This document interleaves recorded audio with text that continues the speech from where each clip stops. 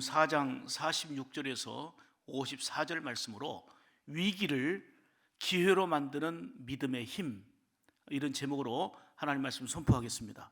오늘도 오직 예수님입니다. 되게 잘 지내셨습니까? 한 달 동안 못 뵙고요, 작년이니까 2년 동안 못 뵌 거네. 옆에 좀 얼굴 반가운 표정도 한번 지우고 인사 한번 합시다. 오늘도 하나님께 영광, 은혜로 충만하시기 바랍니다. 세상에는 힘을 표현하는 단어들이 참 많습니다. 뭐 건강의 힘, 돈의 힘, 뭐 권력의 힘, 사랑의 힘 등등 힘을 표현하는 단어들이 참 많이 있습니다만은, 그러나 어떤 힘보다도 크고 소중한 힘이 있는데요, 그게 바로 믿음의 힘입니다. 아무리 힘들고 눌리고 어려운 상황에 놓여 있다 할지라도 믿음의 힘을 가지면 그걸 이겨내고요, 주께서 피하게 하시고 주께서 동행하시고, 이 믿음의 힘은 삶을 헤쳐나갈 수 있는 능력이 되는 것입니다. 믿음은 위기를 축복의 기회로 만드는 힘이 됩니다. 그래서 우리가 무엇보다도 이 어려운 시대일수록 믿음을 가져야 합니다.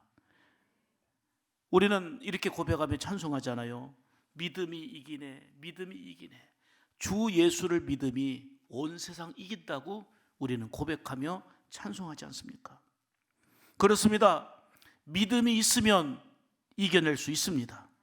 믿음은 그 어떤 위기도 축복의 기회로 만들 수 있는 힘입니다. 믿음은 한마디로 말하면 전능하신 하나님을 의지하는 것입니다. 나의 모든 것을 맡기는 것, 그것이 믿음입니다. 성경에 분명한 선언이 있습니다. 믿음대로 된다는 것입니다. 여러분, 근데 이건 안 될 거야, 이건 안 될 거야, 안 된다는 안됨의 믿음을 가지면 그 믿음대로 안 됩니다. 안 된다고 믿는 것도 믿음이거든요. 이건 안 돼, 안 돼, 안 된다는 확신과 믿음이 있으면 확신과 믿음대로 안 됩니다. 그런데 성경은 분명히 말합니다. 믿음대로 역사하시고요, 믿음대로 되어짐을 선포하고 있습니다. 주 예수 그리스도를 믿는 힘이 대단합니다. 여러분, 어떤 힘이 죄사함 받고 구원받을 수 있는 힘이 어디 있습니까?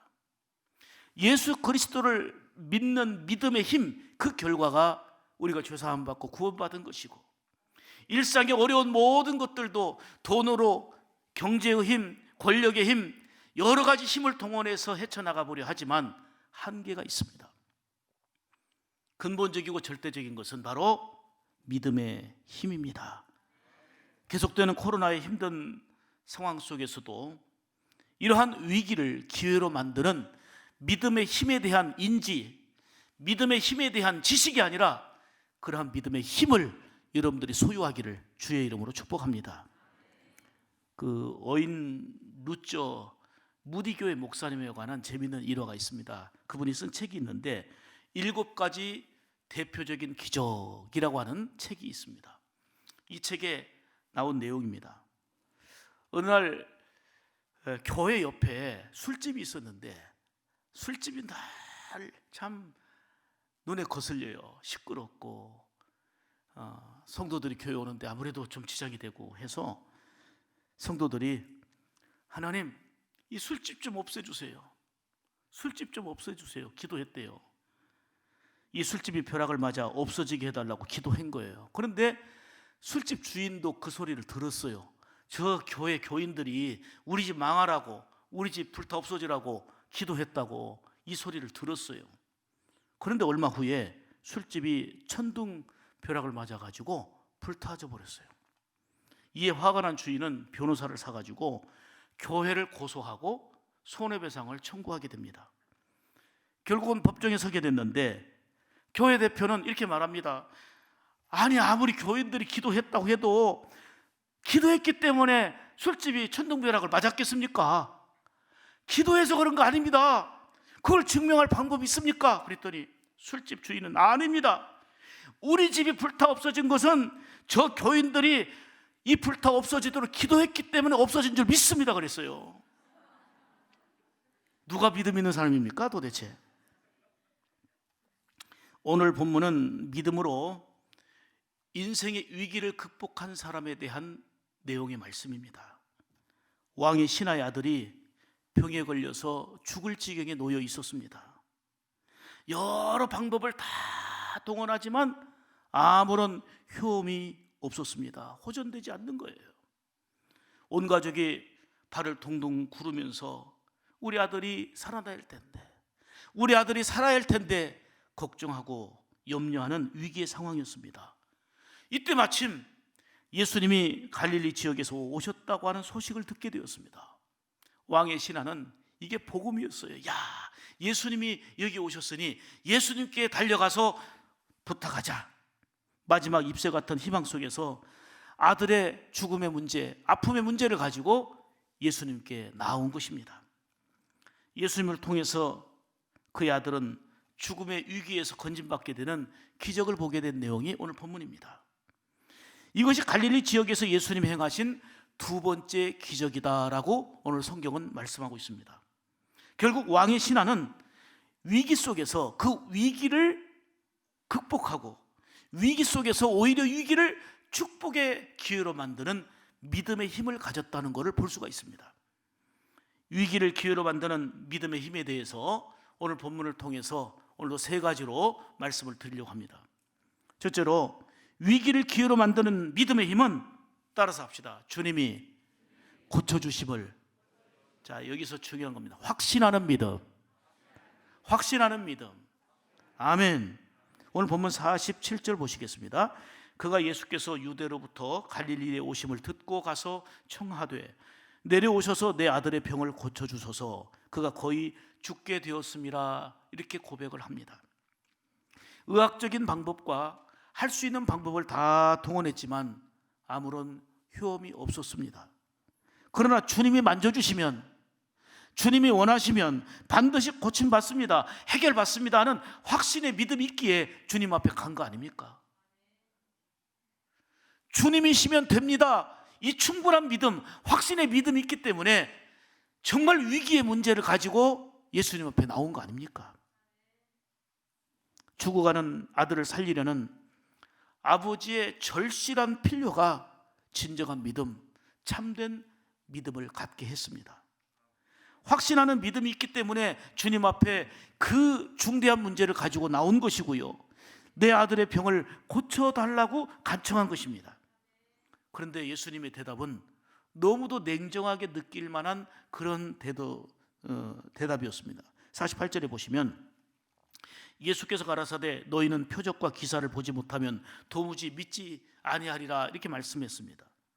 이 말씀은 간청하고 있는 아버지에 대한 책망이 아니라 더 큰 믿음, 더욱더 성숙한 믿음으로 나아가도록 격려하는, 그리고 자극을 주는 말씀이었습니다. 다시 말하면 눈에 보이는 표적이나 그리고 기적에 매달리는 그런 믿음 되지 말고 절대적인 믿음을 가지라, 그 얘기입니다. 깊은 병으로 죽어가는 아들의 병상에 예수님께서 친히 오셔서 기도해 주시고 안수해 주실 수도 있었습니다. 그러나 예수님이 오셔야만이, 예수님이 안수하셔야만이 살아날 것이 아니다는 겁니다. 그런 초보적인 믿음에서 머물지 않기를 원하셨던 것입니다. 바울 사도는 고린도 성도들에게 유대인은 표적을 구하고 헬라인은 지혜를 구하니라고 말씀했는데요, 이 말씀처럼 표적에 매달리는, 기적에 매달리는 믿음, 눈앞에 보이는 기적만을 바라는 미성숙한 그러한 믿음에서 벗어나기를 주님은 원하신 것입니다. 중요한 것은 위기의 상황에서, 간절한 도움이 필요한 상황 속에서 문제와 나의 아픔 가지고 예수님 앞에 나오는 것입니다. 그리고 주님은 반드시 고쳐주신다고 하는 확신하는 믿음을 가져야 합니다. 이 믿음이 있을 때에 주님께 매달리게 되고 간청하게 되는 거 아니겠습니까? 결국 이러한 확신하는 믿음이 위기를 기회로 만드는 해결의 은혜, 응답의 은총을 누리게 되는 것입니다. 사랑하는 여러분, 우리에게도 왕의 신하처럼 나름대로 걱정이 있고 염려가 있고 남에게 말 못하는 아픔의 문제들이 있습니다. 어렵고 힘든 문제들이 있을 때 하염없이 탄식하고 걱정하고 염려하고 눈물만 흘려야 되겠습니까? 모든 사정을 아시고 모든 형편을 헤아리시는 우리 주님 앞에 그 문제를 가지고 나와야 합니다. 당장 눈앞에 보이는 현실적인 변화에 매달리는 기적보다도 먼저 주님을 구하시기를 바랍니다. 주님이면 충분합니다. 주님이 근본적인 우리 인생의 해답이 되시기 때문입니다.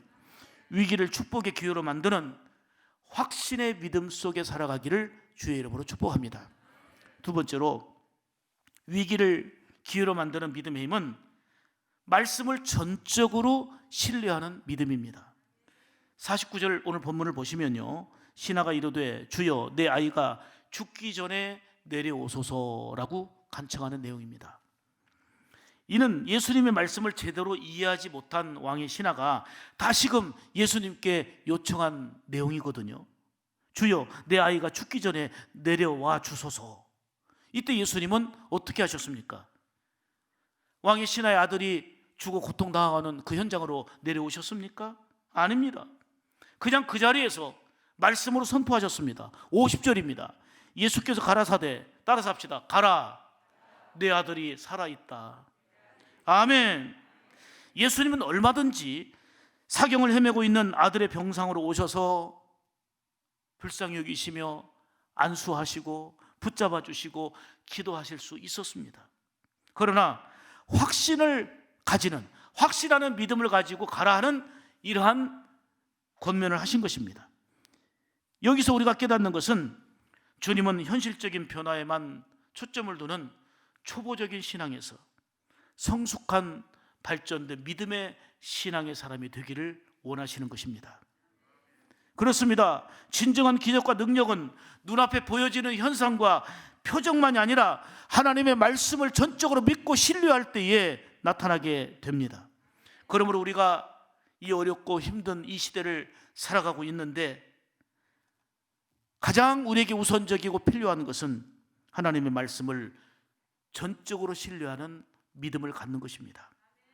왕의 신하는 예수님의 말씀을 깨닫고 성숙한 믿음의 행동으로 나아갔습니다. 50절을 보시면 그 사람이 예수께서 하신 말씀을 믿고 가더니, 할렐루야. 중요한 것은 깨닫는 거고요, 깨닫고 깨달은 대로 행동하는 것입니다.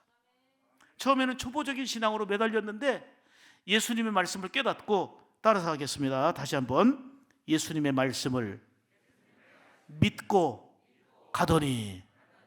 예수님이 비록 우리 아들한테 와서 안수해 주시고 함께 해 주시지 않아도 이 자리에서 말씀하시면 내 아들이 살아난다, 내 아들이 고쳐진다는 것을 예수님 말씀을 믿고 말씀 붙잡고 간 것입니다. 말씀을 전적으로 신뢰하는 믿음을 가지게 된 거예요. 여기서 우리는 다시 한번 믿음의 가치와 힘을 깨닫게 됩니다. 여러분, 진정한 믿음은요, 내 마음속에 품고 있는 간절한 희망과 바람이 아니라 예수님의 말씀이 근거가 되어야 합니다. 믿음의 근거는 내 바람과 희망이 아니라 말씀이어야 된다, 그 얘기예요. 이게 바로 오늘 본문을 통한 가르침입니다.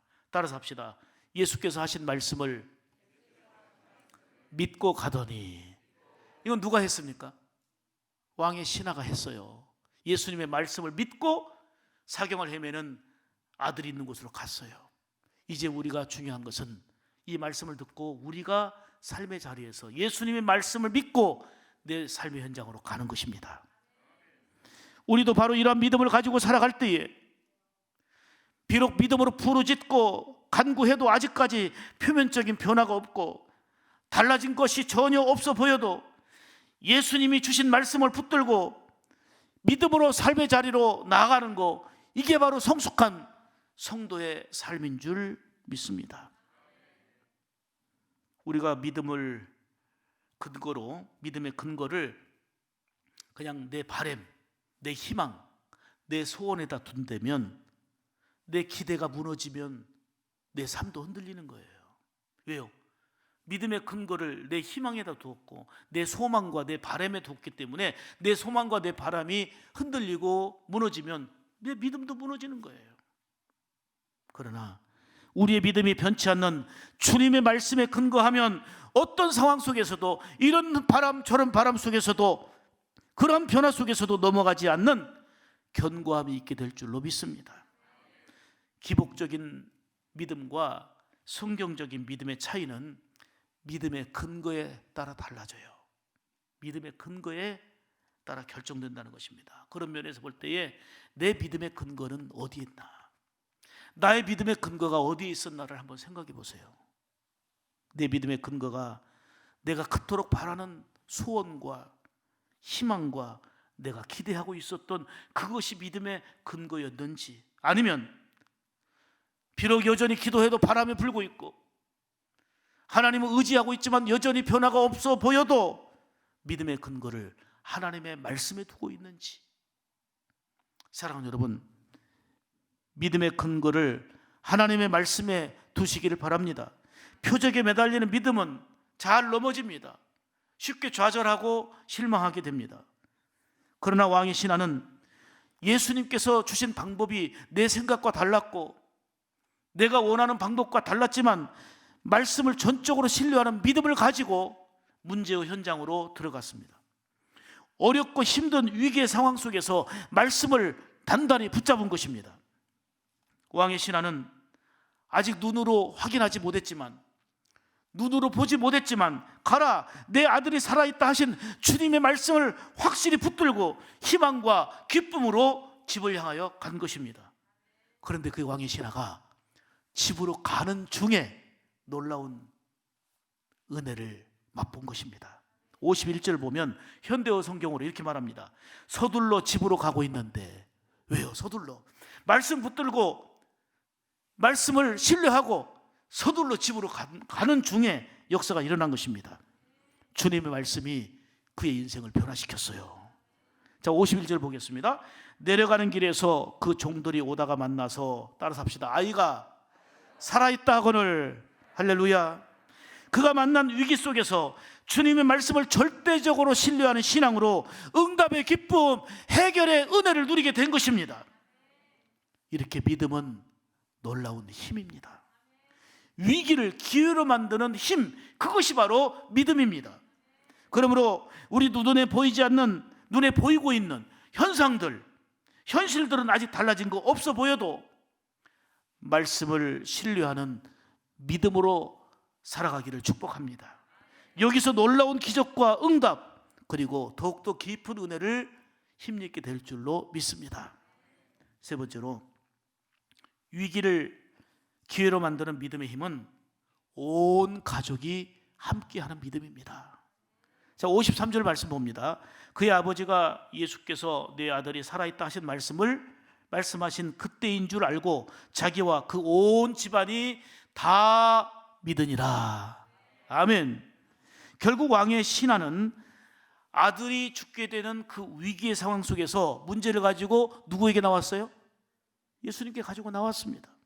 그리고 간청했습니다. 부르짖었습니다. 비록 자신이 생각하고 원하는 방법과는 달랐지만 주님의 말씀을 확실하게 붙들고 집으로 가다가 자기의 종들을 만났는데 죽어가던 아들이 살아있다는 소식을 듣게 된 것입니다. 자, 여기서 보세요. 52절 보면 아들이 낫기 시작한 때를 묻다가, 그때가 언제예요? 주님이 말씀하신 그때인 걸 알게 된 거예요. 하하! 지금 주님과 나는 여기에 있고 죽어간 아들은 집에 있어요. 근데 종을 통해서 언제쯤 아들이 열이 식어지고 살아났는가 그때를 물었더니 가만히 보니까 주님과 나와 함께 있을 때 주님이 말씀하시던 그때였다는 겁니다. 이 말은 주님은 시간과 공간을 초월해서 역사하시는 능력의 주님이다, 그 말이에요. 사랑하는 여러분, 여러분 친히 집에 방문하셔서 안수해 주셔도 되지만, 아니 이 자리에서도 어느 자리에서도 시간과 공간을 초월해서서 주님이 원하시면 되어지는 것입니다. 그 믿음을 가지는 것이 힘이다, 그 말이에요. 시간과 공간을 초월하시는 전능하신 분이 우리 주님이세요. 내 생각과 방법이 달라도 실망하지 마십시오. 주님이 역사하면 되는 것입니다. 따라서 합시다. 자기와 아버지가 믿음을 갖고 온 집안이 다 믿으니라. 할렐루야. 이게 복인 거예요. 이 아들 죽음에서 살아난 것만이 복이 아니라 이걸 통해서 온 가족이 전능하신 주님을 믿고 나의 구주로 믿고 온 가족이 하나님을 경외하는 거, 이게 복인 거예요. 어떤 병 치료가 끝나는 게 아니고 한 사람의 구원이 아니라 이를 통해서 주님의 살아계심을 보고 온 집안이 믿음으로 하나님을 찬미하는 거, 이게 진정한 복인 거예요. 내가 만난 예수를 통해서, 내가 믿는 예수를 통해서 놀라운 주의 은혜와 긍휼을 힘입고 온 가족이 주님의 살아계심이 보여지고 느껴질 수 있다면 그게 축복의 통로예요. 아들이 살아난 것은 기쁨 그 자체이고 감사할 일입니다. 더 중요한 것은 이 위기의 상황 속에서 절대적인 믿음으로 온 가족이 함께 은혜의 기쁨을 체험하게 되는 것입니다. 다시 한번 따라서 합시다. 그 온 집안이 다 믿으니라. 이게 여러분의 몫이 되기를 축복합니다. 코로나의 길고 긴 터널과 어렵고 힘든 이 시대에 위기를 기회로 만드는 믿음의 힘을 소유하고 살아가기를 원합니다. 비록 침체되고 불안과 염려로 가득하고 어두워진 이때에 하나님의 일하심을 더 깊이 체험하여 살아있는 간증의 주인공들이 되기를 다시 한번 축복합니다. 특히 여러분들은 물론이고 온 가족이 시간과 공간을 초월하여 역사하시는 주님을 더 깊이 만나는 그런 복된 이 위기가 기회가 되기를 축복합니다. 주님과 만남의 핵심적 요소가 뭡니까? 그게 믿음입니다. 주님과의 엄청난 영적인 감격 어린 만남의 핵심적 요소가 바로 믿음입니다. 그래서 우리가 믿음을 가져야 합니다. 이 믿음은 위기를 축복의 기회로 만드는 힘이 됩니다. 왕의 신하는 아들이 죽어가던 그 위기 때문에, 위기 자체는 힘든 일이었지만 위기 때문에 주님 앞에 나올 수 있었고, 위기 때문에 주님을 만났고, 위기 때문에 그 위기가 축복의 기회가 되는 믿음의 힘을 소유하게 되었습니다. 사랑하는 여러분, 주님이 시간과 공간을 초월해서 역사하시는 나의 주인임을 믿으십니까? 오늘 본문은 그 사실을 명확하게 증명하고 있습니다. 왕의 신하가 위기의 문제를 가지고 주님 앞에 나와서 간절하게 도움을 청할 때에 들어주시고 고쳐주시고 살려주셨습니다. 살리시는 주님이 오늘 저와 여러분의 주님이십니다. 주님은 2000년 전이라는 시간을 초월하시고 저 팔레스타인이라는 공간을 뛰어넘어서 오늘 이 자리에 동일하게 역사하시는 전능자십니다. 여러분들도 어려운 문제와 위기의 상황 속에서 그 문제를 가지고 주님 앞에 가지고 나오시기 바랍니다. 주님께 부르짖어 간구하시기를 바랍니다. 누가 간구합니까? 누가 주님 앞에 나올 수 있습니까? 주님은 고치신다는 확신의 믿음이 있어야 나오는 것입니다. 주님을 확실히 못 믿는데 어떻게 나옵니까? 주님을 주님이 나에게 있어서 확실하지 못하는데 어떻게 맡길 수 있겠습니까? 확신하는 믿음을 가지면 나의 어렵고 힘든 문제일수록 그 문제 가지고 주님 앞에 나와서 부르짖어 간구하게 되는 것입니다. 그러할 때에 시간과 공간을 초월해서 역사하시는 전능하신 주님이 생각해 주시고 긍휼히 여겨 주시고 만져주시면 그것이 해결이요, 그것이 응답이요, 그것이 기적인 것입니다. 왕의 신하처럼 위기를 기회로 만드는 믿음의 힘으로 응답의 은혜와 더불어서 온 가족이 구원의 기쁨과 은혜의 감격을 맛보는 귀한 우리 샘물 가족들, 우리 온 성도들 되기를 주님의 이름으로 축복합니다. 기도하겠습니다. 하나님 아버지 감사합니다.